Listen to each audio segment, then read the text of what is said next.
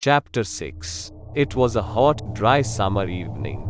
Summers in Barnala was hardly bearable for commoners, but I enjoyed it. Grabbing the remote from the table, I decreased the AC's temperature and increased the humidity.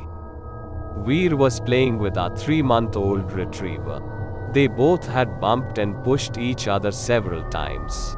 I never allowed them to play on the bed as the danger of falling was too high in this playful environment.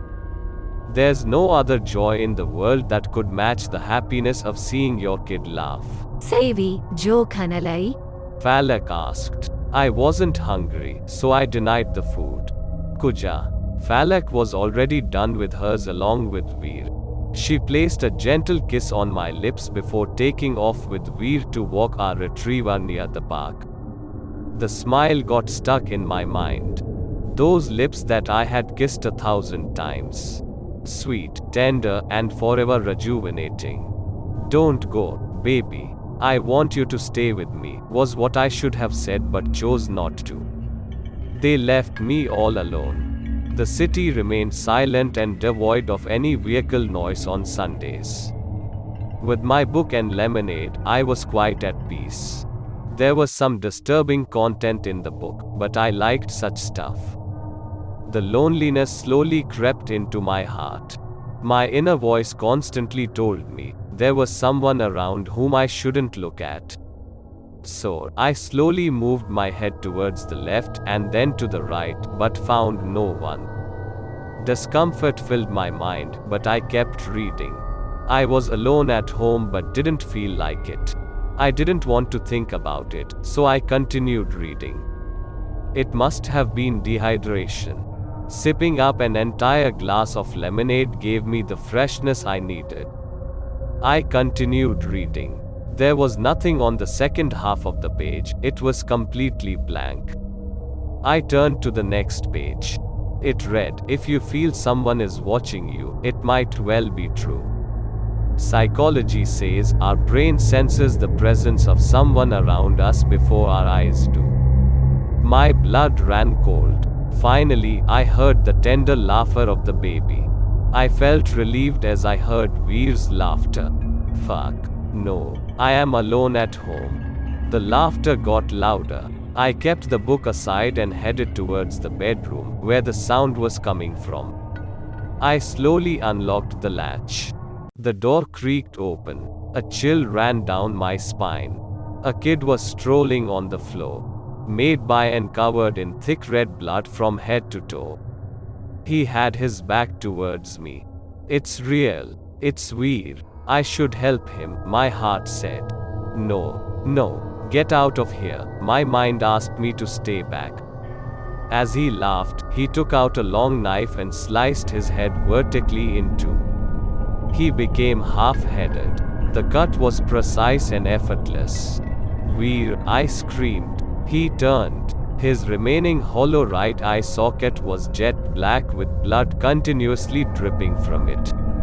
He was made of the same darkness that surrounded the station. His smile looked as if someone had carved it out with scissors. He laughed even louder. The face started to disintegrate and enlarged into an oval girly shape. The blood dripping out of his head formed hair strands behind the head. Shoulder-long curls were now formed from the blood. The hind limbs grew in size but became slimmer. The knife was still tightly clutched in those slender fists. Nafisa?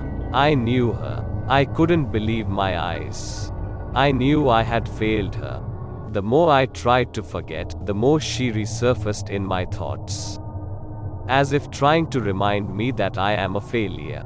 She approached me with the same knife she had used to amputate herself. The tiny footmarks she left behind, while marching towards me, seemed like a vulture's claw marks. I wanted to run, but my feet were cemented deep in the ground. I wanted to scream for help, but my throat choked. A desperate, inaudible growling was all I could utter. She came closer and closer, with her stature, as well as the knife, increasing in size. There was nothing I could do but sweat it out, waiting for fate. She slithered behind me and abruptly stopped laughing. My rigidly welded neck bones made even a degree's rotation impossible. Unable to turn around, I knew my life had reached its final moments. Those turquoise eyes would never leave me alone. I just hoped it all got over soon. I closed my eyes. Without the view of the surrounding, my body temperature dropped below freezing point. I was afraid, even more so now. The cold surrounding me made every bone in my body shiver. A monstrous hand with slightly curly nails grabbed me by the shoulder. She whispered, "I will help you till the end." I opened my eyes to see what the thing had become. Through my peripheral vision, I saw a spear approaching me at lightning speed. The large two-teeth weapon used its entire recoil force to strike my neck. Sir,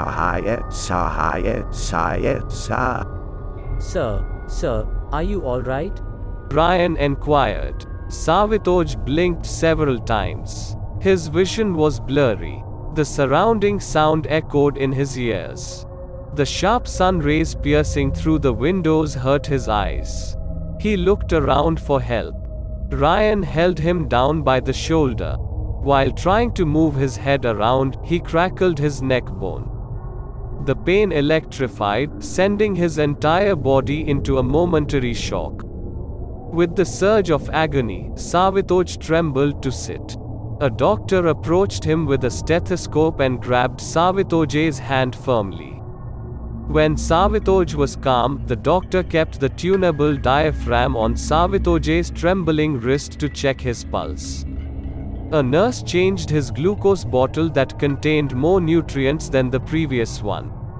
Savitoj moved his head to the other side. There was a man lying there, surrounded by his weeping relatives. Another patient with an oxygen mask was lying all alone. Savitoj was shocked, afraid, depressed, confused, angry, all at the same time. He saw sweating Ryan covered in blood. On the other side, he saw Mohan with a minute amount of blood stain on his sweater. He drifted off to sleep again.